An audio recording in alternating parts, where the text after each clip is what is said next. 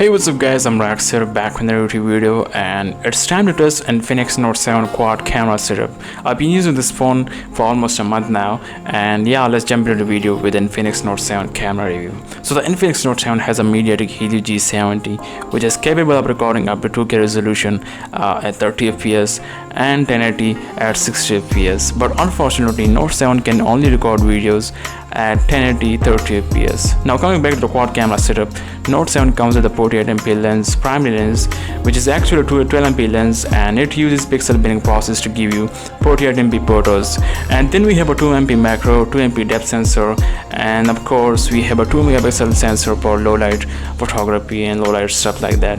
Well, I'm not a big fan of these 2MP sensor, and yesterday I watched a video about these 2MP sensor of Mr. Who's the Boss, and hear what he said about these 2MP cameras. Speaking of useless cameras, it's time to talk about the 2MP macro. Because of how cool it's become to say, oh, look at our phone, we've got a quad camera setup. For the more affordable phones which can't actually fit in for high-end lenses, companies in 2020 have often just resorted to filling their camera setups with fairly useless cameras. In short, I don't like these 2MP cameras. They are pretty useless. Of course, you can use that primary 48MP lens and then crop it to get much better results than 2MP macro cam, and that's true. I will show it in this video. And also this 2MP night mode cameras is, and this Infinix Note 7 is even more useless than 2MP macro camera, and for me the depth sensor is quite good than these two lenses.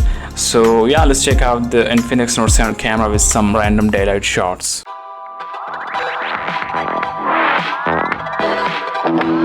When it comes to daylight shots, the Infinix Note 7 provides some good results depending on lighting condition. The images are quite okay with good color production, plus sharp enough to get some well-detailed look, but in some situation often the colors look a bit dull to me with less amount of saturation and contrast, and the exposure level of the Infinix Note 7 is not that good, and it suffers with a loss of detail, plus the photos get noisy when you zoom in. But overall, the Infinix Note 7 captures really good photos, and if you look at the price point, the results are really fine. Not that super crisp compared with other competitors like Redmi Note 8, Realme 6i, and Realme 5i. All those phones cost same as Note 7, and for me, the Infinix Note 7 gets the job done most of the times. And yeah, it has some cons, especially the look of the colors a bit dull to me.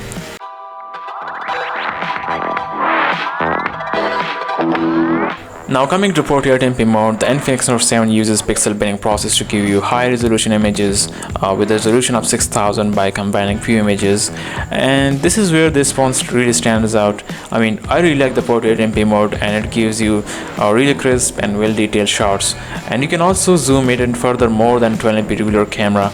And if you compare with the 12MP images, you will see much details by zooming in and cropping the photos. Sometimes it even provides much better results than the 2MP macro camera, and I will show you that later in this video. But overall, the 48MP camera provides some well detailed results, and I use it quite often for mobile photography, and it really helps you while editing those 48MP photos.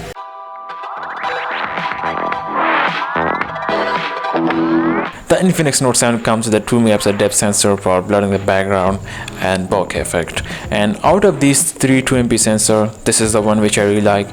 Pretty useful than these two macro and 2MP low light sensor. You can grab some really good shots with it, and this depth sensor works really well on human objects with good background separation, plus with well amount of detail. But keep in mind, 2MP depth sensor suffers in low light condition or also with no proper lighting even in daylight shots, and this depth sensor cannot track your object you are focusing on. For me, the bokeh mode of the Infinix Note 7 gets the job done almost every time.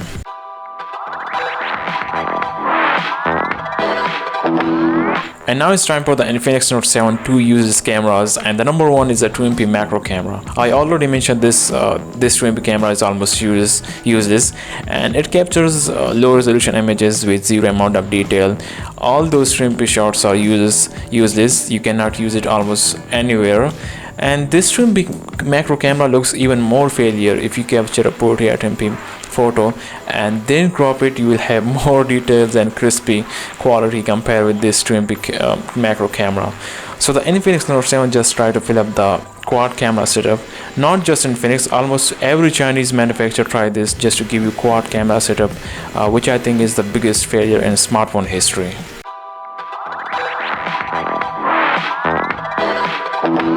Now when it comes to low light shots, again we have a separate 2MP low light camera for that, which is again even more useless. I didn't see any difference in quality having a dedicated low light camera. It just makes the photos brighter by lowering shadows through some software. So no use of 2MP low light camera here. It's again just a hole over there just to give you a quad camera setup. And yeah, even if you cover up the night camera and then just take a shot, the result will be the same. So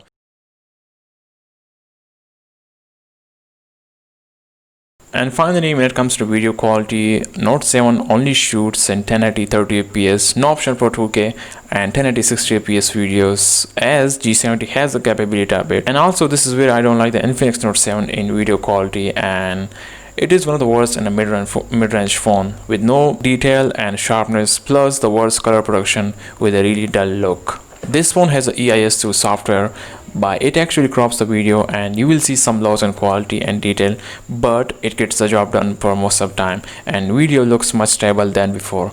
So the video quality is not the best one, but also it's not the good one, and I don't like the video quality of Infinix Note 7. In my opinion, if you are buying the Infinix Note 7 just for the camera things, then you should really think about a couple of things, as I mentioned in these videos. Number one, for me the number one is actually the video quality, and it's not the best one. I would say it's the bad one. And also the 2MP cameras over there, just the macro and the night dedicated camera, they are pretty much useless. I mean, especially the night camera. I mean, even if you cover up the night camera and then just take a shot, the result will be the same. So yeah, these are things you should think about. And what I like about this camera is actually the 48MP mode. You can get some really good shots with that, with crisp and much sharp images, so which is a really good thing. But some other things that you should really think about before buying this phone.